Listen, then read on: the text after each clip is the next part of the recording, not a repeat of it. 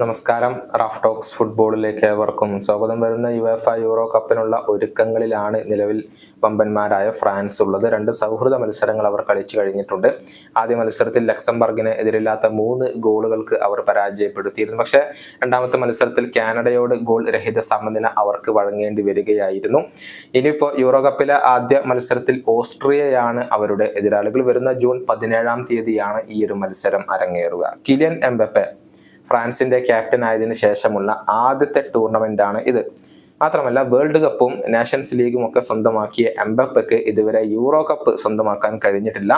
ഇത്തവണ euro cup എന്തായാലും നേടണമെന്ന് Mbappé തന്നെ ഇപ്പോൾ പറഞ്ഞു കഴിഞ്ഞിട്ടുണ്ട്. പുതിയ അഭിമുഖത്തിൽ സംസാരിക്കുകയായിരുന്നു എംബപ്പെ. അദ്ദേഹത്തിന്റെ വാക്കുകൾ ഇങ്ങനെയാണ്: ഈ യൂറോ കപ്പ് സ്വന്തമാക്കാൻ ഞാൻ വളരെയധികം ആഗ്രഹിക്കുന്നുണ്ട്. ഞാൻ വേൾഡ് കപ്പ് നേടി, നാഷൻസ് ലീഗ് നേടി, പക്ഷെ മിസ്സിംഗ് ആയി കിടക്കുന്നത് യൂറോ കപ്പാണ്. ദേശീയ ടീമിന് വേണ്ടി സാധ്യമായതെല്ലാം ചെയ്തിട്ടുള്ള താരമാണ് ഞാൻ. ഇത്തവണത്തെ യൂറോ കപ്പും അങ്ങനെ തന്നെ എനിക്ക് നേടണം. ഫ്രാൻസിന്റെ ക്യാപ്റ്റൻ എന്ന നിലയിൽ ഞാൻ കളിക്കുന്ന ആദ്യത്തെ കോമ്പറ്റീഷനാണ് ഇത്. അതുകൊണ്ട് തന്നെ എന്നെ സംബന്ധിച്ചിടത്തോളം ഇത് വളരെ പ്രധാനപ്പെട്ടതാണ്. കിരീടം വളരെ പ്രധാനപ്പെട്ടതാണ്. എൻ്റെ രാജ്യത്തിന് വേണ്ടി ചരിത്രം കുറിക്കാനുള്ള മറ്റൊരു അവസരമാണ് എന്നിൽ വന്നു ചേർന്നിരിക്കുന്നത്.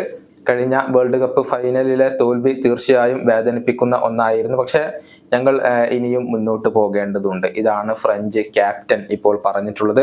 എംബപ്പയിൽ തന്നെയാണ് ഫ്രാൻസിന്റെ പ്രതീക്ഷകൾ ഉള്ളത്. മികച്ച ഒരു താരനിരയുള്ള ഫ്രാൻസ് ഇത്തവണയും കിരീട ഫേവറേറ്റുകൾ തന്നെയാണ്. കഴിഞ്ഞ തവണ പ്രീ ക്വാർട്ടറിലായിരുന്നു അവർ സ്വിറ്റ്സർലൻഡിനോട് പരാജയപ്പെട്ടുകൊണ്ട് പുറത്തായത്.